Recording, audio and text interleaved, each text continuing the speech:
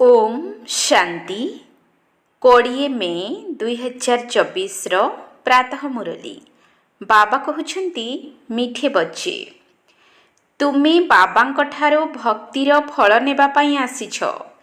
जेउ माने अधिक भक्ति करिथिबे सेही माने ही ज्ञान मार्ग रे आगको बढ़िबे। तुमे बाबांकठारो भक्तिर फल नेबा पई आसीछ। जेउ माने अधिक भक्ति करिथिबे सेही माने ही ज्ञान मार्ग रे आगको बढ़िबे। प्रश्न कलिजुगी राजत्वरे केउं दुईटी जिनिसर आवश्यकता रहिछि जहाँकि सत्यजुगी राजत्वरे नथिबो। कलिजुगी राजत्वरे केउं दुईटी जिनिसर आवश्यकता रहिछि जहाँकि सत्यजुगी राजत्वरे नथिबो। उत्तर कलिजुगी राजत्वरे एक रे मंत्री एवं दुई रे गुरुंकर आवश्यकता रही थाए, किंतु सत्य जुगरे एही दुई जण ही नथिबे। सेठारे काहाठारु परामर्श नेबार आवश्यकता पड़ी न थाए, काहींकि ना एही संगमरे ही बाबांकर श्रीमत आधार रे सत्यजुगी राजत्वर स्थापना हेउछि। एभली श्रीमत मिलुछि जहाँकि 21 पीढ़ी पर्यंत चालुछि एवं समस्ते सद्गति रे रहुछंती। सेथिपाई सेठारे गुरुंकर मध्य आवश्यकता नाही। ओम शांति। ओम शांतिर अर्थ कौन? तुमे निज स्वधर्म रे स्थित होई रुह, अर्थात निजको आत्मा मने करी बस, ताहा हेले शांत अवस्थारे बसी परिबो। एहाको ही कुहा जाए स्वधर्म रे बसिबा। भगवान वाच सर्वदा स्वधर्म रे स्थित होई रुह। तुमर पिता आसी तुमको पाठ पढ़ाउछंती। बेहद्र बाबा ही बेहद्र पाठ पढ़ाउछंती, काहींकि ना सीए हेउछंती बेहद्र सुखदाता।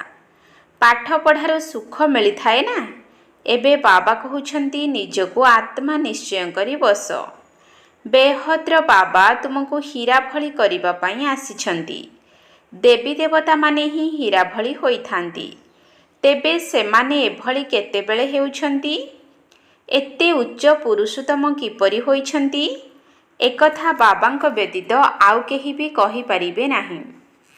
तुमे ब्राह्मण माने प्रजापिता ब्रह्मांकर संतान अट। पुणी तुमको देवता हेबार अछि। ब्राह्मण मानकर ही चुटी थाए। तुमे वर्तमान शूद्ररु ब्राह्मण होइछ। तुमे हेउछ प्रजापिता ब्रह्मांकर मुखवंशावली संतान, कोलवंशावली तो नुह। कलिजुगी मनुष्य माने हेउछंती कोलवंशावली। साधु संत ऋषि मुनि आदि सबु द्वापर जुग ठारु कुखवंशावली होइछंती। एबे केवल तुमे ब्रह्मा कुमार कुमारी माने ही मुखवंशावली होइछ। एहा हेउछि तुमर सर्वोत्तम कुल, देवता मानक ठारु मध्य उत्तम। काहींकि ना तुमको पाठ पढ़ाइबा पाई मनुष्यरु देवता करिबा पाई बाबा आसीछंती। सिए आसी तुम पिला मानकु ही बुझाउछंती, कारण भक्ति मार्गर आत्मा माने एठाको आसु नाहंती। एठाको केवल ज्ञान मार्गर आत्मा माने ही आसंती। तुमे एठाको बेहद्र बाबांक ठारु भक्तिर फल नेबा पाई आसुछ। तेबे भक्तिर फल केउ माने नेबे? जेउ माने सबुठारु अधिक भक्ति करिथिबे, सेही माने ही पत्थर बुद्धिरु पारस बुद्धि हेबे। सेही माने ही आसी ज्ञान नेबे, कारण भक्तिर फल भगवान को ही आसी देबाकू पड़ी थाए। तेबे एही कथाकू भल भाबरे बुझिबाकू हेबो। एबे तुमे कली जुगीरु सत्यजुगी विकारीरु निर्विकारी हेउछ, अर्थात पुरुषोत्तम हेउछ। तुमे एठाकू लक्ष्मी नारायण सदृश हेबा पाई आसीछ। एमाने भगवान भगवती अटंती। तेबे निश्चित एमानकू भगवान ही पाठ पढ़ाई थिबे। भगवान वाच किंतु भगवान काहाकू कहा जाए? भगवान तो जणे होई थांती। भगवान शह शह हजार हजार न थांती। से गोड़ी पत्थर रे न थांती। बाबांकू न जानिबा कारणरू भारत केते कांगाल होई जाईछि। एबे तुमे पिला माने जानुछ जे भारत रे यांकर अर्थात लक्ष्मी नारायणकर राजधानी थिला। यांकर पिला छुआ आदि जिए भी थिले सी सबु राजधानीर मालिक थिले। तुमे वर्तमान राजधानीर मालिक हेबा पाई एठाकू आसीछ। ଏହି ଲକ୍ଷ୍ମୀ ନାରାୟଣ ଏବେ ତ ନାହାନ୍ତି ନା। ଭାରତରେ ୟାଙ୍କର ରାଜ୍ୟ ଥିଲା। ପିଲାମାନଙ୍କୁ ଏବେ ବୁଝାଯାଉଛି, ଯେତେବେଳେ ଏହି ଦେବୀ ଦେବତାମାନଙ୍କର ରାଜଧାନୀ ଥିଲା, ଅର୍ଥାତ୍ ଯେତେବେଳେ ସୂର୍ଯ୍ୟବଂଶୀ ଏବଂ ଚନ୍ଦ୍ରବଂଶୀମାନେ ଥିଲେ, ସେତେବେଳେ ଅନ୍ୟ କୌଣସି ଧର୍ମ ନଥିଲା। କିନ୍ତୁ ବର୍ତ୍ତମାନ ସମୟରେ ଅନ୍ୟ ସବୁ ଧର୍ମ ରହିଛି। ଏହି ଗୋଟିଏ ଧର୍ମ ନାହିଁ। ଏହା ହିଁ ହେଉଛି ମୂଳଦୁଆ, ଯାହାକୁ ଗଣ୍ଡି କୁହାଯାଏ।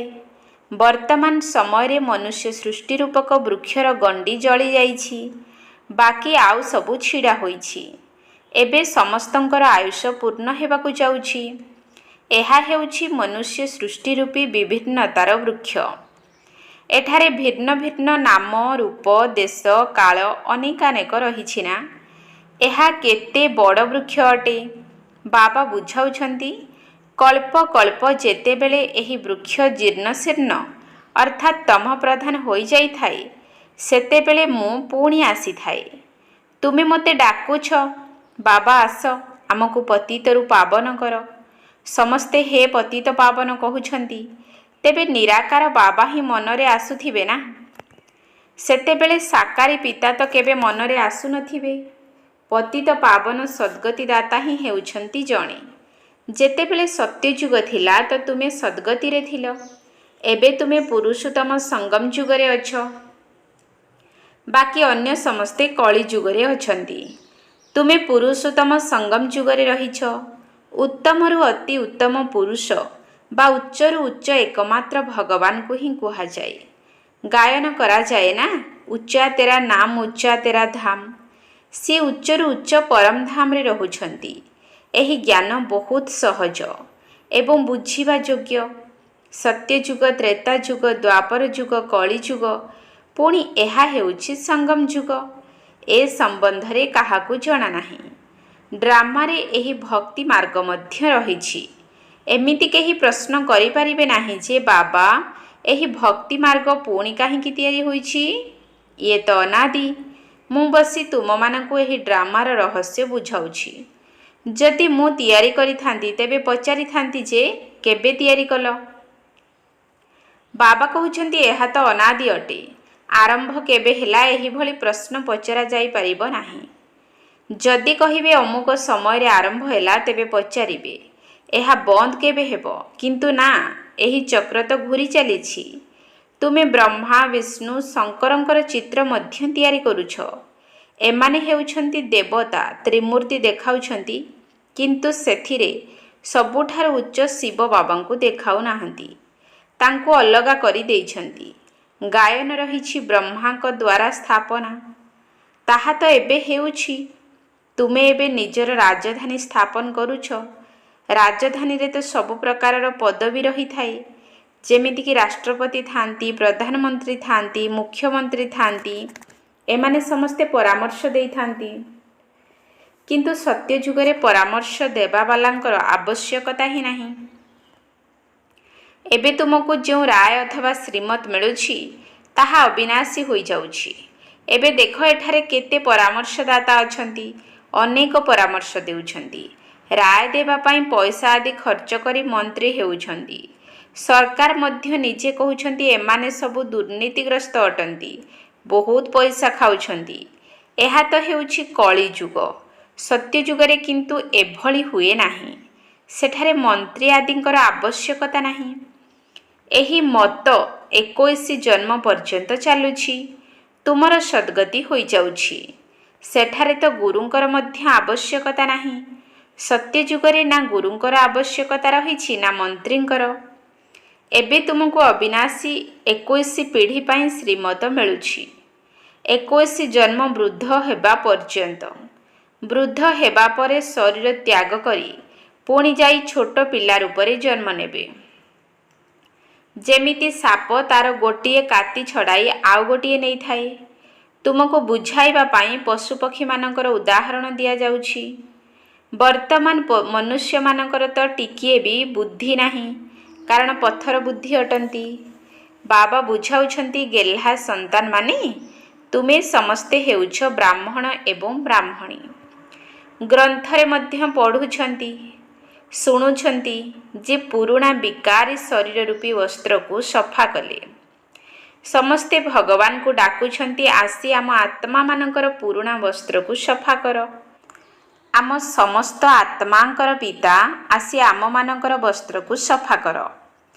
ତେବେ ଶରୀରକୁ ତ ଧୋଇବାର ନାହିଁ, ଆତ୍ମାକୁ ହିଁ ଧୋଇବାକୁ ହେବ, କାରଣ ଆତ୍ମା ହିଁ ପତିତ ହୋଇଛି। ଏବେ ସମସ୍ତେ ଡାକୁଛନ୍ତି, ଆସି ପତିତ ଆତ୍ମାମାନଙ୍କୁ ପାବନ କର। ତେଣୁ ବାବା ପିଲାମାନଙ୍କୁ ବୁଝାଉଛନ୍ତି, ହେ ମୋର ଗେହ୍ଲା ସନ୍ତାନମାନେ, ମୋତେ ଏଠାକୁ ଆସିବାକୁ ପଡ଼ୁଛି। ମୁଁ ହିଁ ହେଉଛି ଜ୍ଞାନର ସାଗର, ପବିତ୍ରତାର ସାଗର। ତୁମେମାନେ ବେହଦ୍ ପିତାଙ୍କଠାରୁ ବେହଦ୍ର ସମ୍ପତ୍ତି ନେଉଛ। ଶାରୀରିକ ପିତାଙ୍କଠାରୁ ତ ବିନାଶୀ ସମ୍ପତ୍ତି ମିଳୁଛି। ବିନାଶୀ ସମ୍ପତ୍ତିରେ ବହୁତ ଦୁଃଖ ରହିଛି। ସେଥିପାଇଁ ବାବାଙ୍କୁ ମନେ ପକାଉଛନ୍ତି। ଅସରନ୍ତି ଦୁଃଖ ରହିଛି।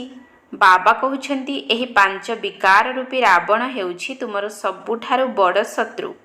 ଏହା ଆଦି ମଧ୍ୟ ଅନ୍ତ ତୁମକୁ ଦୁଃଖ ଦେଉଛି। ତେଣୁ ହେ ଗେହ୍ଲା ସନ୍ତାନମାନେ, ଯଦି ଏହି ଜନ୍ମରେ ବ୍ରାହ୍ମଣ ହୋଇ କାମ ବିକାର ଉପରେ ବିଜୟ ପ୍ରାପ୍ତ କରିପାରିବ, ତେବେ ତୁମେ ଜଗତ ଜିତ୍ ହୋଇଯିବ। ତୁମେ ଦେବତା ହେବା ପାଇଁ ପବିତ୍ରତାର ବ୍ରତକୁ ଧାରଣ କରୁଛ।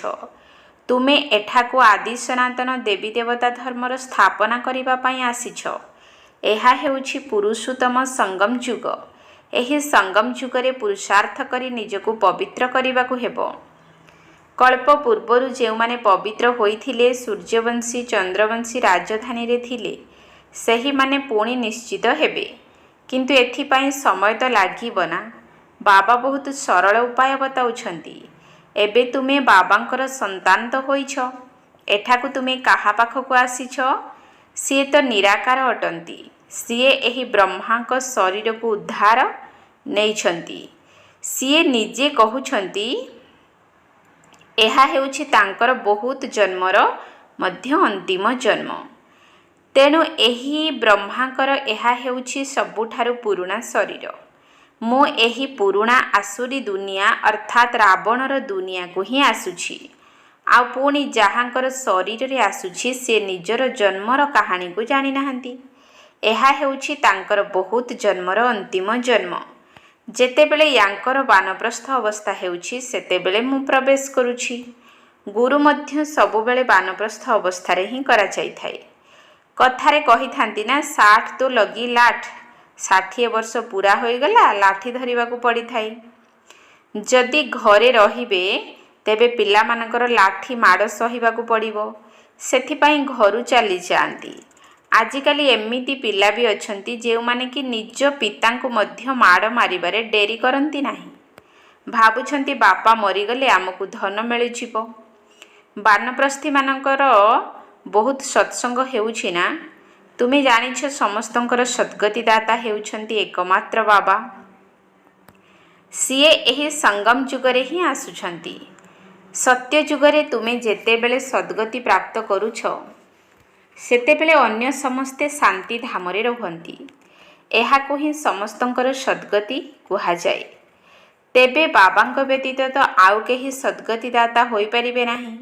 ନା କାହାକୁ ଶ୍ରୀ କୁହାଯାଇପାରିବ, ନା ଶ୍ରୀ ଶ୍ରୀ କୁହାଯାଇପାରିବ।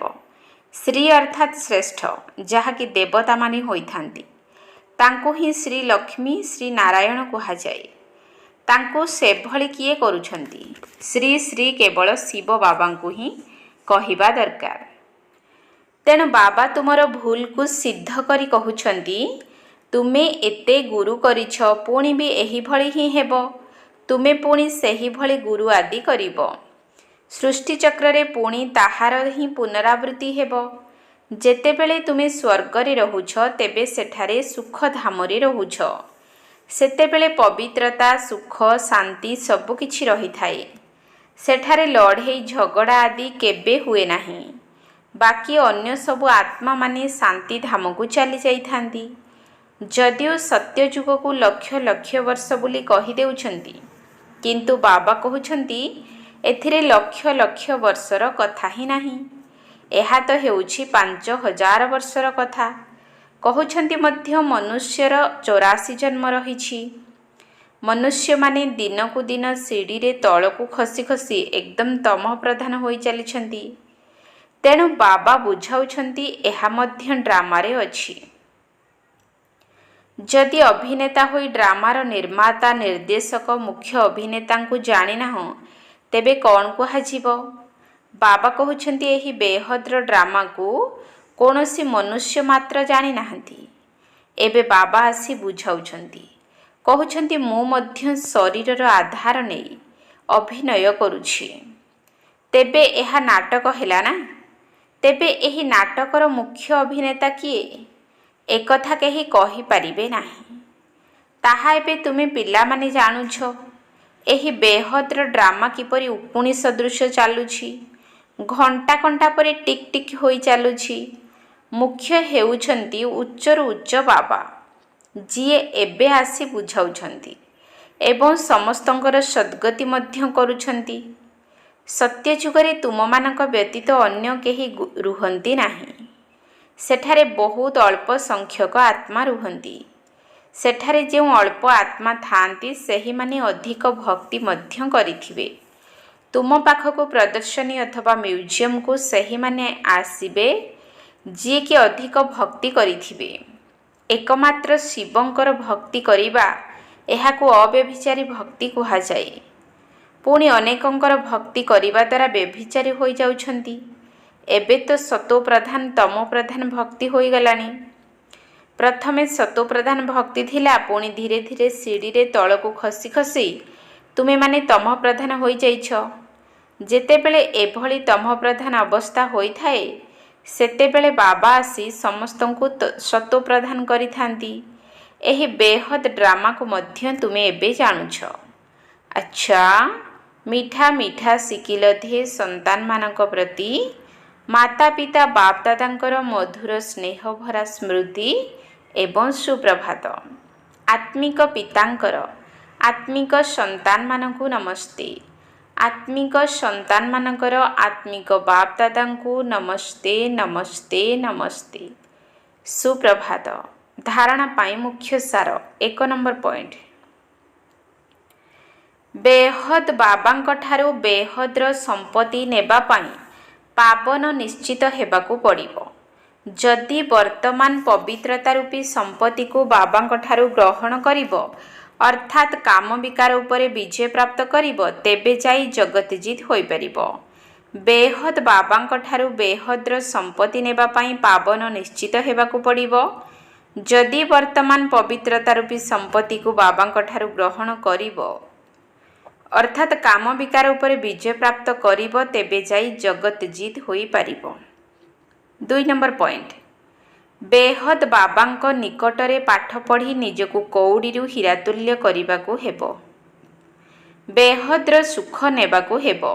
ସର୍ବଦା ଏହି ନିଶା ରହୁ। ମନୁଷ୍ୟରୁ ଦେବତା କରୁଥିବା ବାବା ଏବେ ଆମ ସମ୍ମୁଖରେ ଅଛନ୍ତି। ବର୍ତ୍ତମାନ ଏହା ହେଉଛି ଆମର ସର୍ବୋତ୍ତମ ବ୍ରାହ୍ମଣ କୂଳ। ବେହଦ ବାବାଙ୍କ ନିକଟରେ ପାଠ ପଢ଼ି ନିଜକୁ କଉଡ଼ିରୁ ହୀରା ତୁଲ୍ୟ କରିବାକୁ ହେବ। ବେହଦର ସୁଖ ନେବାକୁ ହେବ। ସର୍ବଦା ଏହି ନିଶା ରହୁ। ମନୁଷ୍ୟରୁ ଦେବତା କରୁଥିବା ବାବା ଏବେ ଆମ ସମ୍ମୁଖରେ ଅଛନ୍ତି। ବର୍ତ୍ତମାନ ଏହା ହେଉଛି ଆମର ସର୍ବୋତ୍ତମ ବ୍ରାହ୍ମଣ କୂଳ। ବରଦାନ। ଜ୍ଞାନ ସମ୍ପନ୍ନ ଦାତା ହୋଇ ସର୍ବ ଆତ୍ମାଙ୍କ ପ୍ରତି ଶୁଭଚିନ୍ତକ ହେଉଥିବା ଶ୍ରେଷ୍ଠ ସେବାଧାରୀ ଭବ। ଜ୍ଞାନ ସମ୍ପନ୍ନ ଦାତା ହୋଇ ସର୍ବ ଆତ୍ମାଙ୍କ ପ୍ରତି ଶୁଭଚିନ୍ତକ ହେଉଥିବା ଶ୍ରେଷ୍ଠ ସେବାଧାରୀ ଭବ। ଶୁଭଚିନ୍ତକ ହେବାର ବିଶେଷ ଆଧାର ଶୁଭଚିନ୍ତନ ଅଟେ। ଯେଉଁମାନେ ବ୍ୟର୍ଥ ଚିନ୍ତନ ବା ପରଚିନ୍ତନ କରିଥାନ୍ତି ସେମାନେ କେବେ ହେଲେ ଶୁଭଚିନ୍ତକ ହୋଇପାରିବେ ନାହିଁ। ଶୁଭଚିନ୍ତକମଣି ଆତ୍ମାମାନଙ୍କ ପାଖରେ ଶୁଭଚିନ୍ତନ ରୂପୀ ଶକ୍ତିଶାଳୀ ସମ୍ପତ୍ତିର ଷ୍ଟକ୍ ସର୍ବଦା ଭରପୁର ହୋଇ ରହିଥାଏ ଏବଂ ଏହି ଭରପୁରତା କାରଣରୁ ହିଁ ସେମାନେ ଅନ୍ୟମାନଙ୍କ ପ୍ରତି ଶୁଭଚିନ୍ତକ ହୋଇଯାଆନ୍ତି। ତେବେ ଶୁଭଚିନ୍ତକର ଅର୍ଥ ହେଲା ସବୁ ପ୍ରକାରର ଜ୍ଞାନ ରୂପୀ ରତ୍ନରେ ଭରପୁର। ଏହିଭଳି ଜ୍ଞାନ ସମ୍ପନ୍ନ ଦାତା ହିଁ ଚାଲିବା ବୁଲିବା ସମୟରେ ପ୍ରତ୍ୟେକଙ୍କର ସେବା କରି ଶ୍ରେଷ୍ଠ ସେବାଧାରୀ ହୋଇଯାଆନ୍ତି। ସ୍ଲୋଗାନ। जदि विश्व राज्य अधिकारी हेबाकु चाहुछ तेबे विश्व परिवर्तन कार्य निमित्त हुओ। जदि विश्व राज्य अधिकारी हेबाकु चाहुछ तेबे विश्व परिवर्तन कार्य निमित्त हुओ। ओम शांति। भगवान बोली काहाकू डाकिबी के शुणिब डाक मोर काहाकू डाकिले शांति मु पाइबी काहाकू डाकिले शांति मु पाइबी के मोते करिब पार के मोते करिब पार काहीं तांक घर कि नाम तांकर खोजुथिले निरंतर केते खोजी खोजी बाबांकू पाइछि केते खोजी खोजी बाबांकू पाइछि से तो ज्ञानर सागर बाबा ज्ञानर सागर सबु आत्माकर पिता से अटंती परम धामरे घर ज्योति बिंदु रूप नाही आन रेख ज्योति बिंदु रूप नाही आन रेख शिव नामटी तांकर सदा शिव नामटी तांकर पतित उद्धार करिबा पाइंकी दिव्य जन्म जेनेले मधुबन ठारे आबु पर्वतरे मधुबन ठारे आबु पर्वतरे बीजे ब्रह्मांक शरीरे बाबा बीजे ब्रह्मांक शरीरे देई ज्ञानामृत करंती पवित्र संसारु हेबी उद्धार श्वेत निराकार ज्ञानर सागर श्वेत निराकार ज्ञानर सागर सारा जगत ईश्वर बाबा सारा जगत ईश्वर